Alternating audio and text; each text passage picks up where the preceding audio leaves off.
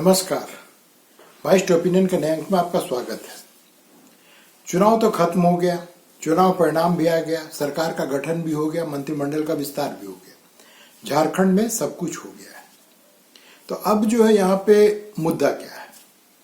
सरकार के लिए सबसे जरूरी ये है कि वो किसी तरह से वित्तीय अनुशासन राज्य में कायम करे, क्योंकि चुनाव से पहले जिस प्रकार से लोक कल्याणकारी योजनाओं के लिए थोक के भाव में पैसे खर्च किए गए, तो ये ऐसा नहीं कि चुनाव के बाद ये बंद हो जाएगा। मैया सम्मान योजना जो अकेला योजना है, जिस प्रकार से उसकी राशि को बढ़ा करके 2500 रुपया प्रति माह कर दिया गया है, तो इससे जो है राज्य के वित्तीय हालात पर, जो वित्तीय अर्थव्यवस्था पर जो है करीब 18,000 करोड़ का भार आएगा। सिर्फ एक योजना, मैया सम्मान योजना को अगर जो जारी किया गया है उसको अगर बनाए रखा जाए, उसको बंद ना किया जाए। उसके बाद में जो कृषि ऋण माफ किया गया है, कृषि ऋण योजना में जो है करीब जो है 2,000 करोड़ का किसानों का ऋण को माफ कर दिया गया चुनाव से पहले। इसी के साथ में बिजली बिल माफ किया गया। राज्य के जो लाखों जो उपभोक्ता हैं, बिजली उपभोक्ता हैं, उनके बिल को माफ किया गया। और उसमें करीब जो है एक अनुमान है कि करीब 3500 करोड़ रुपया जो है वो सरकार के मत्थे पे आ गया, माने अर्थव्यवस्था पर उसका भार आ गया।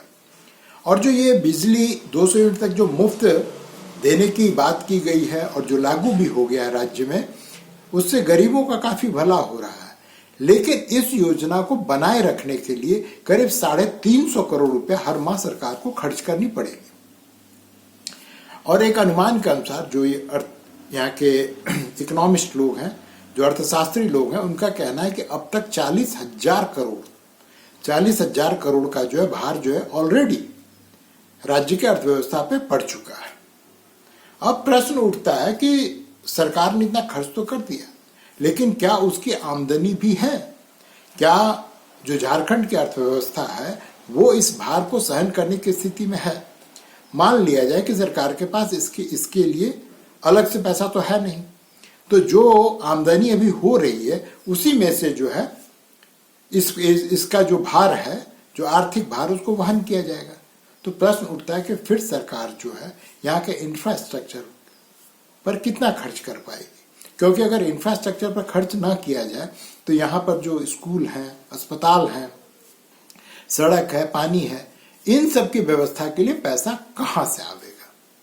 तो सरकार का कहना है कि हमारा जो है 1,36,000 करोड़ रुपया जो है वो केंद्र सरकार पे बाकी है।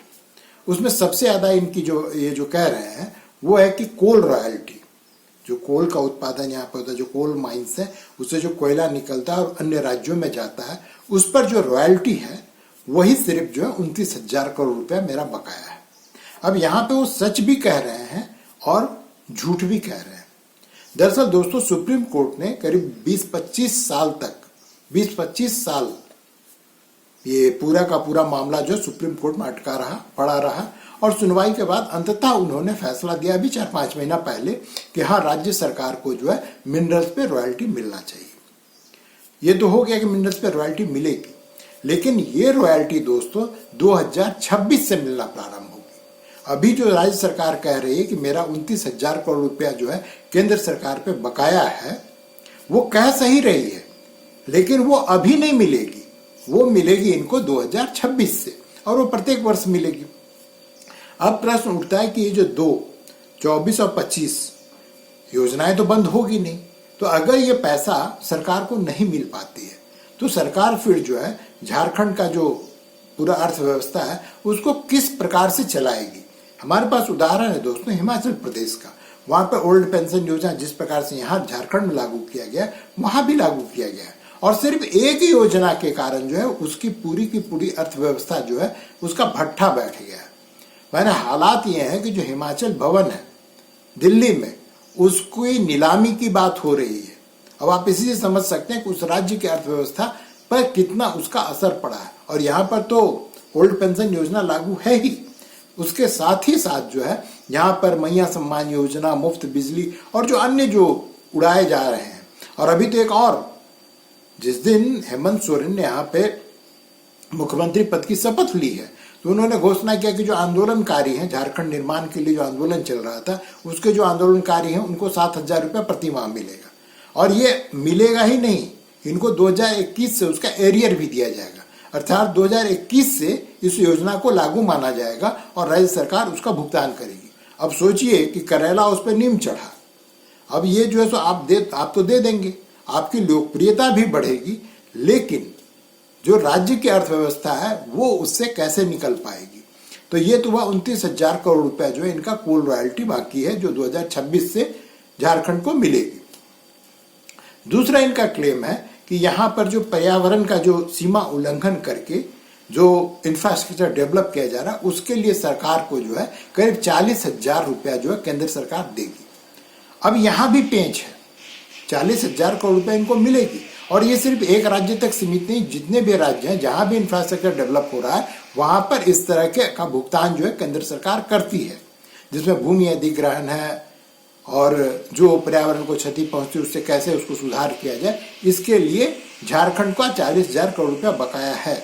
लेकिन वो एक किस्त में मिलने वाली नहीं है, वो धीरे धीरे करके वो रकम जारी होगी। अब तीसरा जो इनका क्लेम है वो ये है दोस्तों कि एक मिनट,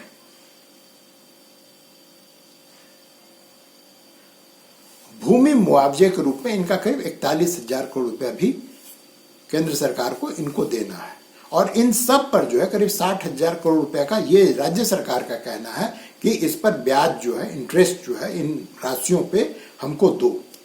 अब ये अपने आप में एक विवाद का विषय है। या तो आप केजरीवाल बन जाइए, केजरीवाल जितने दिन मुख्यमंत्री रहे दिल्ली के वो हमेशा केंद्र से टकराव करते रहे और इसका परिणाम ये हुआ कि आप जाकर के देखिए दिल्ली राजधानी क्षेत्र में आपको इंफ्रास्ट्रक्चर जो केंद्र सरकार ने डेवलप किया वो किया, अन्यथा जो भी वहां पर दिल्ली सरकार के अधीन जो भी हिस्सा आता है उन जगहों पर आप जाके देखिए हालात जो है इतने बिगड़े हुए खत्म हो चुकी है। तो क्या हेमंत सोरेन जो अगले 5 वर्ष तक जो है वो केंद्र सरकार से टकराव ही करते रहेंगे? नहीं मेरा इतना पैसा है, मेरा इतना पैसा है। केंद्र सरकार के पास में जब कोई भी सरकार इस तरह की हरकत करता है तो उससे निपटने का एक बहुत ही आसान सा तरीका है, वो पैसा देती है लेकिन टाइम पे नहीं देती है। और जब टाइम पे आपको नहीं मिलेगा पैसा तो आप कुछ कर नहीं सकते हैं, आप कुछ नहीं कर सकते। अगर आप राज्य का हित चाहते हैं अपनी राजनीति से ऊपर उठ करके तो इसके लिए जरूरी है कि आप जो है केंद्र सरकार के साथ में एक कॉर्डियल रिलेशन में रहें। अगर फ्रेंडली रिलेशन में नहीं रहना चाहते हैं तो कम से कम कॉर्डियल रिलेशन में रहें। और अगर आप नहीं रहेंगे तो आप ये जान लीजिए कि इससे जनता का हित सधने वाला नहीं है। और वैसे भी जो झारखंड है यहाँ पर जो है जो इंफ्रास्ट्रक्चर है उसकी स्थिति बहुत ही खराब है, बहुत ही खराब स्थिति। आप ग्रामीण क्षेत्रों में जाइए, स्कूल की स्थिति देखिए। आप कहते हैं 50 टू एक्सेलेंस स्कूल बनाएंगे, बनाइए, लेकिन जो बेसिक शिक्षा हर बच्चे को मिलना है जब तक आप वहां पर सुधार नहीं करेंगे, जब तक आप वहां पे भवन या जो अच्छे शिक्षक हैं उनकी जब तक आप नियुक्ति नहीं करेंगे तब तक आप कैसे उम्मीद करते हैं कि यहाँ का नौनिहाल जो है वो बड़े होकर के जो टैलेंटेड व्यक्ति के रूप में उभरेंगे या उनके पास में कोई क्षमता होगी। जब उनके पास क्षमता ही नहीं होगी तो राज्य का विकास कहाँ से होगा। अब प्रश्न उठता है ये कि आपने मुफ्त का रेवड़ी बांटना तो प्रारंभ कर दिया, राज्य पर जो है राज्य की अर्थव्यवस्था पर उसका असर भी पड़ेगा और पड़ना प्रारंभ भी हो गया है। अब प्रश्न उठता है कि यहाँ पे फिर पलायन को कौन रोकेगा। आपने कोई भी बात आप कह रहे हैं कि हम 10 लाख सरकारी नौकरी देंगे, जो आपके घोषणा पत्र में पिछले बार जो है 2019 में आपने कहा था 5 लाख सरकारी नौकरी हम देंगे, क्या आप दे पाए? अब आप 10 लाख कह रहे हैं। तो इसके लिए जरूरी है दोस्तों कि सबसे पहले आपको इंफ्रास्ट्रक्चर पे खर्च करना पड़ेगा और इसका एक बहुत ही नकारात्मक प्रभाव दोस्तों जो ये रेवड़ियां बढ़ रही उसका एक बहुत ही नकारात्मक प्रभाव जो है समाज में ऑलरेडी देखने को मिल रहा है। वो है मनरेगा योजना। आप थोड़ा जाइए, आपको कोई ग्रामीण इलाके में आपको मजदूर नहीं मिलेगा खेती करवाने के लिए, मजदूर नहीं मिलता है खेती करवाने के लिए, और जो ज्यादा पैसा कमाना चाहता है वो यहाँ से पलायन कर जाता है। ये झारखंड, बिहार और पूर्वी उत्तर प्रदेश की स्थिति है कि आप अपना काम जो है करवाने के लिए आपको वहां पर स्थानीय मजदूर जो है वो आपको नहीं मिलता है। हालांकि वो व्यक्ति जाकर के दिल्ली और बंबई में महानगरों में जाकर के वो वही काम करता है, लेकिन वो अपने गांव में अपने शहर में करने वाला नहीं। अब जब इस प्रकार की योजनाओं से उसको मुफ्त में अनाज मिल रहा है, बिजली मिल रहा है, पानी भी मिलने लगेगा और ऊपर से उनके घर की महिलाओं को एक मुफ्त रकम मिल रहा है।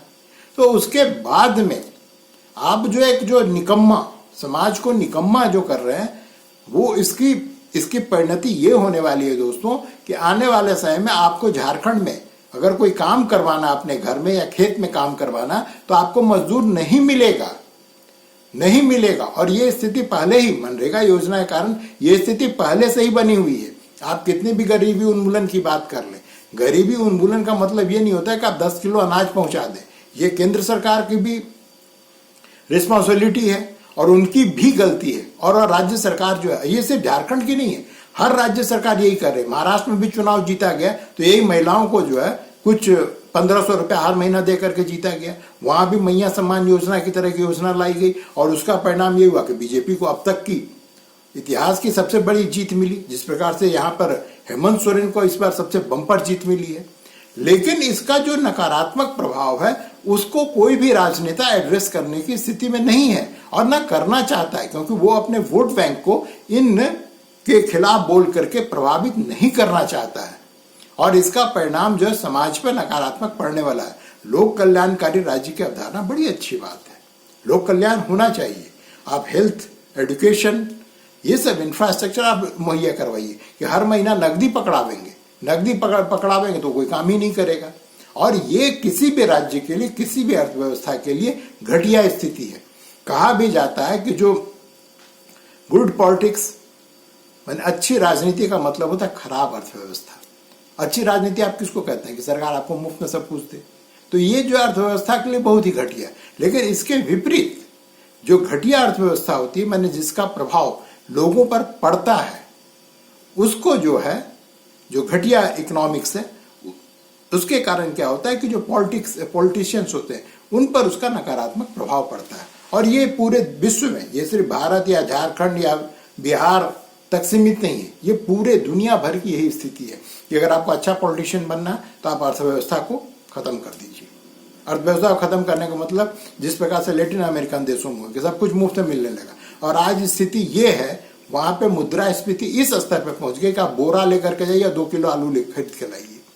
वो स्थिति भारत में नहीं है, लेकिन हम धीरे धीरे अपने अर्थव्यवस्था को चौपट करके लोक कल्याणकारी राज्य के नाम पे, गरीबों के नाम पे खत्म करते जा रहे हैं। अरे गरीबी अगर उन्मूलन करना है तो आप रोजगार दीजिए या रोजगार के अवसर प्रदान कीजिए। रोजगार का अवसर प्रदान करने का मतलब ये नहीं होता है कि सिर्फ आप सरकारी नौकरी दीजिए।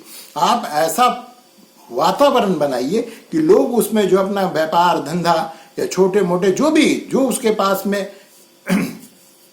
उसके पास जो भी कुशलता है, जो भी जिस काम के लिए प्रशिक्षित है, वो काम वो कर सके और उससे उसको फायदा मिल सके, अपने परिवार को चला सके और इनडायरेक्टली जो देश की अर्थव्यवस्था है उसको जो है सुदृढ़ कर सके। तो दोस्तों, ये बातें आपको बुरी लग रही होगी कि मैं योजनाओं के खिलाफ बोल रहा हूं। मैं झारखंड तक सीमित नहीं है ये हर राज्य में। अब अगर आपको चुनाव जीतना है तो आप जो है सो चुनाव से 6 महीना पहले कोई एक नकदी देने की योजना प्रारंभ कर दीजिए। देखिए आप चुनाव जीत ही जाएंगे। विशेष करके महिलाओं के लिए अगर आपने कर दिया तो श्योर शॉट है। और इसकी शुरुआत उत्तर भारत में नहीं हुई है।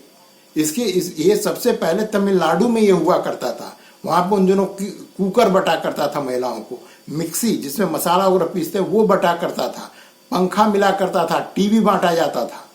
तो ये सरकारी पैसे से होता था।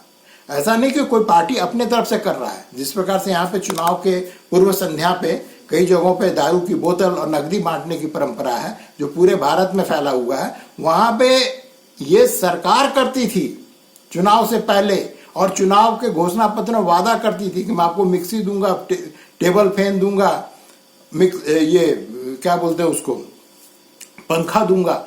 और इसका प्रभाव जो है, और ये होता था किसके नाम पे, लोक कल्याण के नाम पर।